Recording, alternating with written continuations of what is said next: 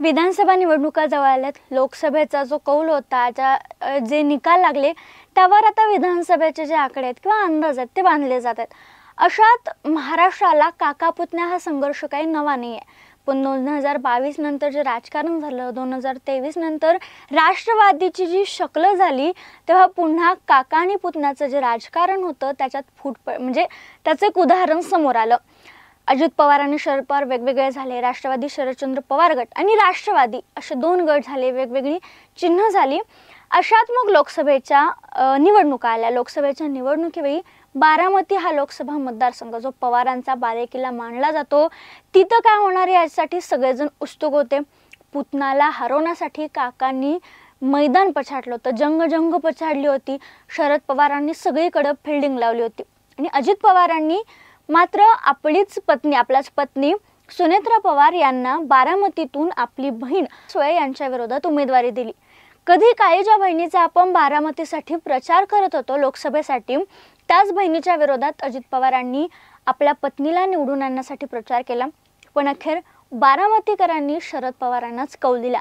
पहिलं कारण म्हणजे सहानुभूती आणि नंतर जे राजकारण सुरू आहे आणि अजित पवारांनी जी भूमिका घेतली, भाजपाने शरद पवारांच्या विरोधात जी वक्तव्य केली, या सगळ्याचा परिणाम बारामतीत पाहायला मिळाला।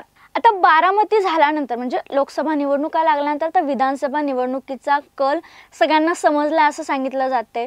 विधानसभा निवडणुकीत देखील महायुतीला धक्का बसू शकतो असं बोललं जाते, पण आता ज्याप्रमाणे बारामती लोकसभेची निवडणूक ही प्रतिष्ठेची बनली, त्याचप्रमाणे विधानसभेची म्हणजे बारामती विधानसभा मतदारसंघाची निवडणूक प्रतिष्ठेची बनू शकते। युगेंद्र पवार यांना स्वतःच्या काकाविरोधात म्हणजेच अजित पवारांविरोधात मैदानात उतरवली जाईल अशी दाट शक्यता आहे, अशी चर्चा राजकीय वर्तुळात आहे। पण असं असलं तरी आता अजित पवार मात्र बारामतीतून लढणार की नाही याबद्दल सध्या चर्चा सुरू आहे। याचं कारण ठरलंय ते म्हणजे नुकताच अजित पवारांनी केलेलं विधान।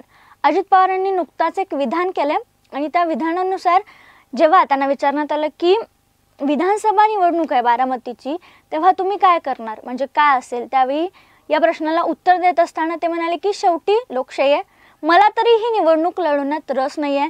मी तिथं 7 ते 8 वेळा निवडणुकीला उभा राहिले, जनतेचा कौल असेल त्याप्रमाणे आमच्या पक्षाचे संसदीय समिती त्याचा निर्णय घेईल।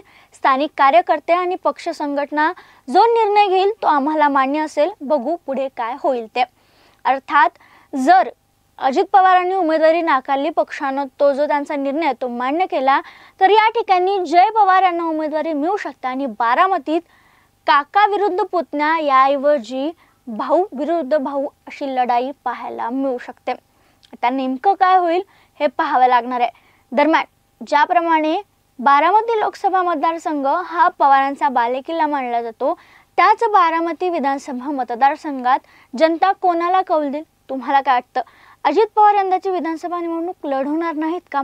लढवली तर मग ते बारामतीतून लढवतील की मग दुसऱ्या मतदारसंघातून? आणि जय पवार विरुद्ध युगेंद्र पवार अशी जर लढत झाली तर मग कौल कुणाला, कोण निवडून येईल? कमेंटमध्ये सांगायला विसरू नका।